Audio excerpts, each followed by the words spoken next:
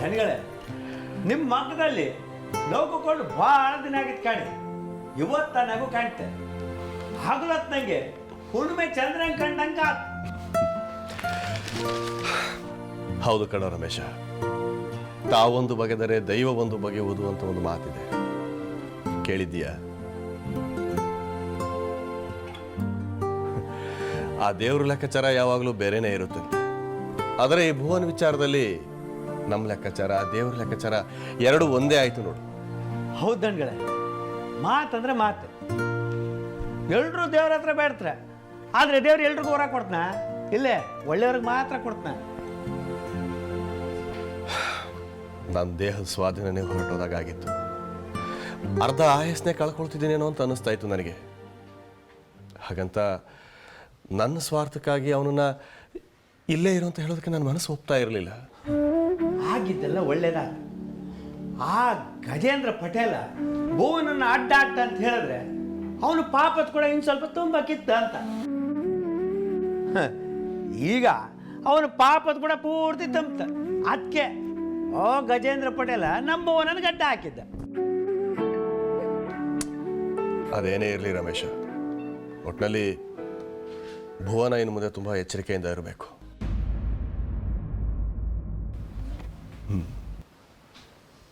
ಅವನ ಕಾವಲಿಗೆ ನಾನಿದ್ದೀನಿ.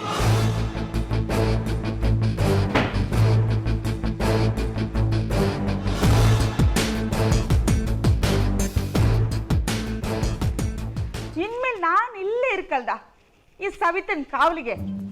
ಈ ಪಿಶಾಚಿ ಹಂಗೋಗಿ ಹಿಂಗ್ ಬತ್ತ ಅಂತ ಗೊತ್ತಿದ್ರೆ ಅವತ್ ಗುಂಡೆಟ್ ಬಿದ್ದಾಗ ಕಣ್ಣೀರೇ ಹಾಕ್ತಿರ್ಲಿಲ್ಲ. ಗಟ್ಟಿ ಪಿಂಡ ಇದ್ವನ ಬದುಕ್ಬಿಟ್ಟ. ಎಂತಕ್ಕ ನಾವು ಹುಷಾರಾಗಿರ್ಕ. ಎಂತ ಆಗೋಯ್ತು ನನ್ನ ಕತೆ. ಜೀವನ ಪೂರ್ತಿ ದನಕಾಯಿ, ಮನೆಕಾಯಿ, ಮಕ್ಳಕಾಯಿ, ಗಂಡನಕಾಯಿ, ಒಟ್ಟಾರೆ ಕಾಯಿ. ಎಂತ ಕಾಯಿ? ತೆಂಗಿನಕಾಯ? ಆ ತೆಂಗಿನಕಾಯಿ ಮಂಡೆಗೆ ಹಾಕ್ತೆ ಕಾಣಿ.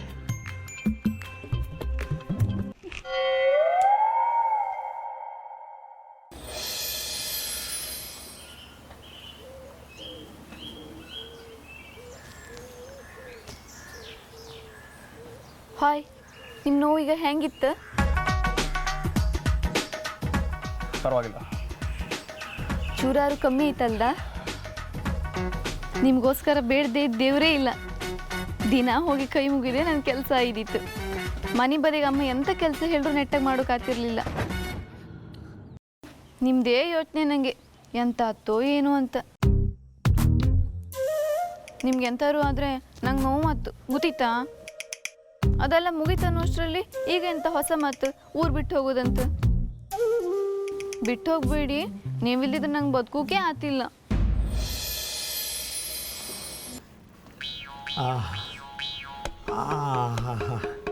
ಓಯ್ ಕಮಲ, ಇಲ್ಲಿ ಕಾಣ, ನಿನ್ನ ಕೈಯಲ್ಲಿ ಎಂಥದ್ದು ಜಾದೆ.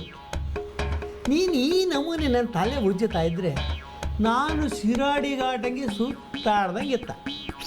ಏನು ಏನು ಇಳಿತ? ಆಗ್ತ ಆ ಸೂರ್ಪನಕ್ಕಿ ಜೊತೆ ಊರೆಲ್ಲ ಸುತ್ತಾಡ ಬಂದ್ರೆ ಏನೇರು, ಏನುಬ್ಬು, ಏನ್ ತಗ್ಗು, ಏನು ಇಳಿತೋ ಸೇವೆ ಮಾಡಕ್ಕೆ ನಾನು ಊರ್ ಸುತ್ತಕ್ಕೆ ಆ ಹಿಡಂಬಿ ಎಲ್ಲ ನನ್ನ ಕರ್ಮ. ಓಯ್ ಮೆಲ್ಲ ಮರಾತಿ ಏನ ನನ್ನ ತಲೆ ಅರ್ಕಲ್ ಅಂತೇಳಿ ಹೆಂಗೆ? ಅದಕ್ಕೆ ಹಿರಿಯರು ಹೇಳಿರೋದು, ಒಲಿದರೆ ನಾರಿ ಮುನಿದರೆ ಅವ್ನ ಗಂಡನ ಮಾರಿ ಅಂತ ಹೇಳಿ. ತಲೆ ತುಂಬ ಅವನ್ನೇ ತುಂಬಿಕೊಂಡಿದ್ರೆ ತಲೆನೋವು ಬರ್ದೆ ಎಂತ ಆತು ನೋಡಿ. ನೀವು ಸರಿಯಾಗಂಗ್ ಕಾಣೋದಿಲ್ಲ. ಒಂದ್ ಕೆಲಸ ಮಾಡಿ, ಗಂಡ ಹೆಂಡತಿ ಕೊಡ್ತಾರಲ್ಲ. ಬಾಯ್ ಸುಮ್ಮನೆ ಮಾರೈತಿ, ನನಗೆ ನಾಚಿಕೆ ಆಗ್ತದೆ. ಎಂತ ನಿನ್ಗೆ ಗೊತ್ತಿಲ್ವಾ? ಸದಾಶಿವನ್ಗೆ ಅದೇ ಜ್ಞಾನ ಅಂಬಂಗೆ ಅದಲ್ಲ ಮಾರ್ರೆ, ಗಂಡ ಹೆಂಡತಿಗೆ ಕೊಡ್ತಾರಲ್ಲ ಡ್ರೈ ವಾಶ್. Dry wash? ಅದೇ ಮಾರ್ರೆ ಡ್ರೈ ವಾಶ್. ಗಂಡ ಹೆಂಡತಿ ಬೇರೆ ಬೇರೆ ಇಪ್ಪದು. ವಾ, ನಿನಗೆ ಇಂಗ್ಲೀಷ್ ಗೊತ್ತಾ? ಹೆಂಗೆ? ಅದನ್ನ ನಾನು ನಿಮಗೆ ಕೊಡ್ತೆ. ಅದನ್ನ ತಗೊಂಡೋಗಿ ನೀವೆಲ್ಲಾದ್ರೂ ದೂರ ಆಯ್ಕೊಳ್ಳಿ. ನಾನು ಇಲ್ಲೇ ಆಯ್ಕತ್ತೆ. ದಣಿಗಳು 3 ಹೊತ್ತು ಊಟ ಕೊಡ್ತರು, ಇಲ್ಲೇ ಕೆಲಸ ಮಾಡ್ಕೊಂಡು ಇಲ್ಲೇ ಆಯ್ಕತ್ತೆ. ಕಾಣ ಕಮಲ, ಸಮ ಕಾಣ, ನನ್ನ ಮಕ್ಕದಂಗೆ ನಾನು ತಪ್ಪು ಮಾಡಿದ್ದೀನಿ ಅನ್ನಿಸ್ತಾ? ಅವತ್ತು ತಪ್ಪು ಮಾಡಿಲ್ಲ, ಇವತ್ತು ತಪ್ಪು ಮಾಡಿಲ್ಲ. ನನ್ನ ಸಂಸಾರದ ಮೇಲೆ ನನಗೆ ಪ್ರೀತಿ ಇಲ್ದ, ಮಗಳು ಮದುವೆ ವಯಸ್ಸಿಗೆ ಬಂದಿದ್ದಾಳೆ, ಹಳೆ ಕತೆ ಎಲ್ಲ ನಾನು ನೆನೆಸ್ಕೊತೀನ. ಇಲ್ಲಿ ಕಾಣಿ, ನೀವು ನನ್ನ ಹತ್ರ ಇಲ್ಲ ಅಂದರೆ ನನಗೆ ಹಳೇದು ಎಂತೆಂಥದ್ದೋ ನೆನಪಾತು. ನಿನ್ನ ಮೇಲೆ ನನ್ನ ನಂಬಿಕೆ ಇತ್ತು, ಬೇಜಾರು ಮಾಡ್ಕೊಂಬೇಡಿ. ಹಾಕ್ ಬಿಟ್ಟಾಕ, ಮುಂದಿನ ಯೋಚನೆ ಮಾಡಿ. ನನಗೆ ಆ ಸವಿತಂದೇ ಚಿಂತೆ. ಎಂತ ಮಾಡಿದ್ರೆ ಆ ಭುವನನಿಂದ ಸಿಕ್ತೋದು ಬಿಡೋದಿಲ್ಲ. ಕಾಸರಗೋಡಿಂದ ವಾಪಸ್ ಬಂದಿದ್ಲು ಅಂದರೆ ಇದಕ್ಕೆ ಎಂತ ಹೇಳುದು? ನಾವು ಊರಂಗೆ ಹೋದಲ್ಲೇ ಒಂದು ಗಂಡಿನ ಫೋಟೋ ಕಳಿಸ್ತೆ ಅಂದಿದ್ರೆ, ನಮ್ಮ ಸವಿತನಿಗೆ ಒಳ್ಳೆ ಜೋಡಿ ಅಂದಿದ್ರೆ. ಅವಳ ಮನಸ್ಸಿನಲ್ಲಿ ಎಂತ ಇತ್ತಂತ ತಿಳ್ಕೊಂಬದ್ ಬೇಡವಾ?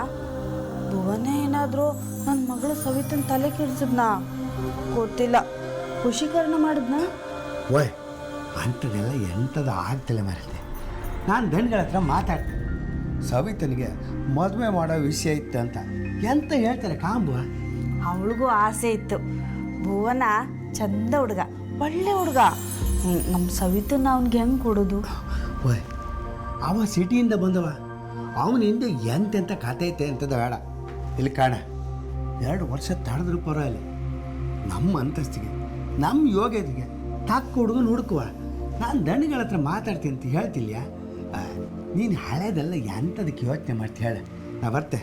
ಓಯ್, ಹಳೇದೆಲ್ಲ ನೆನ್ಪು ಮಾಡಿದ್ಕೆ ತಪ್ಪಾಯ್ತಾ? ಆಯ್ತಾ, ನಮ್ಮಿಬ್ಬರ ಮಧ್ಯ ಡ್ರೈವರ್ಸ್ ಬೇಡ. ನಾನು ಡ್ರೈವರ್ಸ್ ಕೊಡೋದಿಲ್ಲ, ಆಯ್ತಾ? ನಂಗೆ ಗೊತ್ತಿತ್ತು.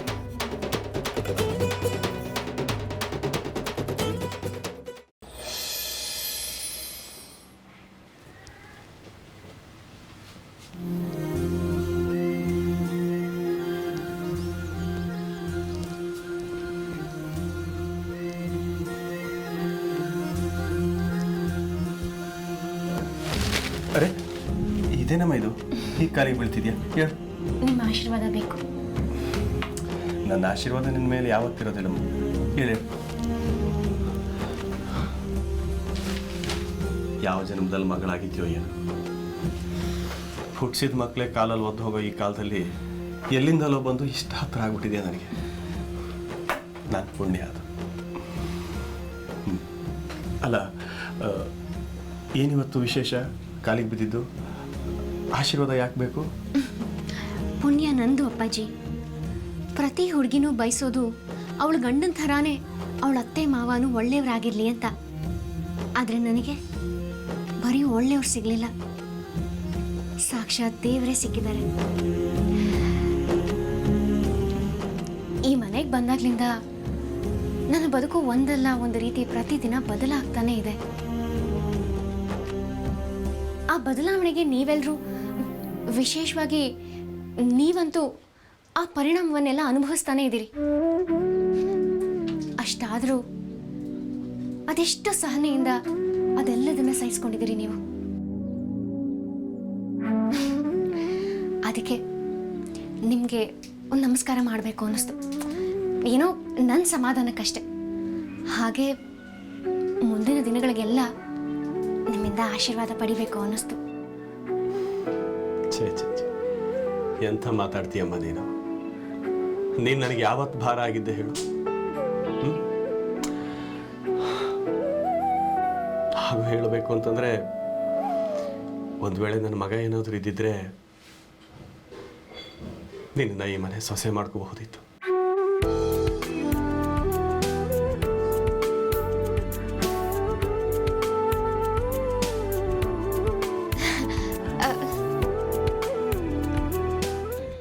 ಏನೋ ಪುಟ್ಟ, ಮಕ್ಕಳೆಲ್ಲ ಯಾಕೆ ಹೊರಗಡೆ ನಿಂತಿದ್ದಾರೆ? ಅವತ್ತೇ ನಾನು ನಿಮ್ಗೆ ಹೇಳ್ದೆ ಬೇಡ, ದೇವ ಇತ್ತು ಬೇಡ. ನೀವು ನನ್ನ ಮಾತು ಕೇಳಲ್ಲ. ಶಾಲೆ ಒಳಗೆ ರಾಜೇಂದ್ರ ಪಟೇಲ್ರ ಧ್ವನಿಕೆ ಅಂತ. ನೀವು ನನ್ನ ಹೆದರ್ಸಕ್ ಹೋಗಿ ಭ್ರಮೇಲ್ ಬಿದ್ದಿದ್ದೀರಿ ಅನ್ಸುತ್ತೆ. ದೆವ್ವ ಅಂತೆ, ಭೂತ ಅಂತೆ, ಅದೆಲ್ಲ ಏನೂ ಇಲ್ಲ. ಬನ್ನಿ ಮಕ್ಕಳೇ, ಎಲ್ಲ ಒಳಗೆ ಹೋಗೋಣ. ಬನ್ನಿ ಪುಟ್ಟ, ಬಾ ಹೋಗೋಣ ಬಾ.